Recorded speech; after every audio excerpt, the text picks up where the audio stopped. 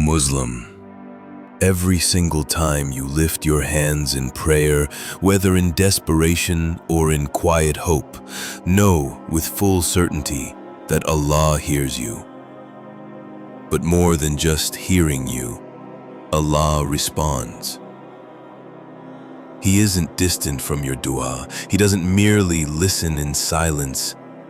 He answers it. In the Qur'an, Allah doesn't just say, "I will reply to you."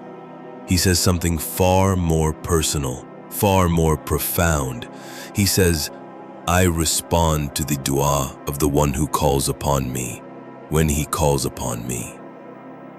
Think about that.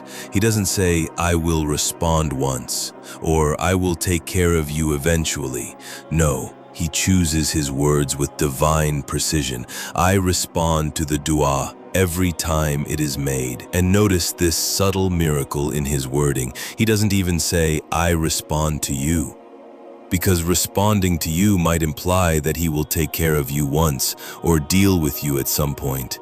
Instead, he focuses on the act itself, the dua. That's how deeply valued your supplication is in the eyes of Allah.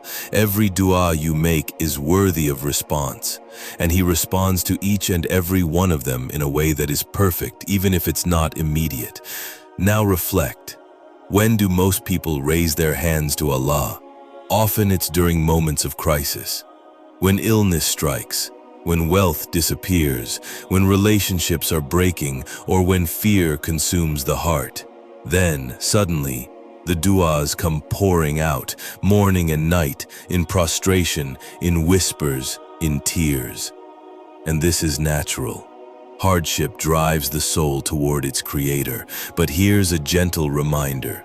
Don't be among those who only remember Allah during hardship, then forget Him as soon as the storm passes. The Qur'an speaks of people who, when calamity is lifted from them, live as though they had never called upon Him. Don't let that be your story. Instead, O believer, build a life where dua is a constant companion.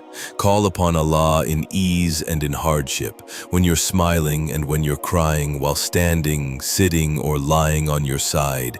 Let your hands rise in the quiet hours of the night, in the rush of the day, in the moments between moments.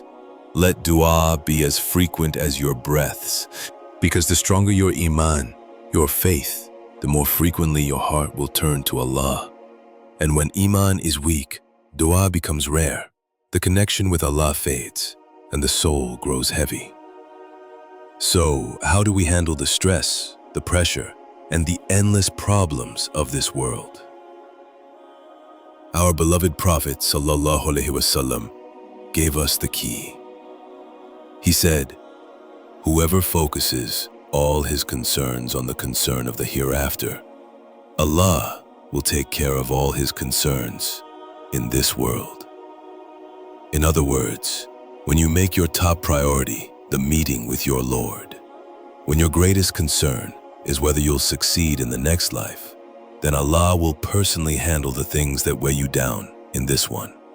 He will ease your burdens, open doors, calm your storms, and put peace in your heart. So turn to Him, not just when you're broken, but also when you're whole. Make dua not just in darkness, but also in light. Let your relationship with Allah be alive through frequent and heartfelt supplication, and He will never abandon you. O Muslim, raise your hands often.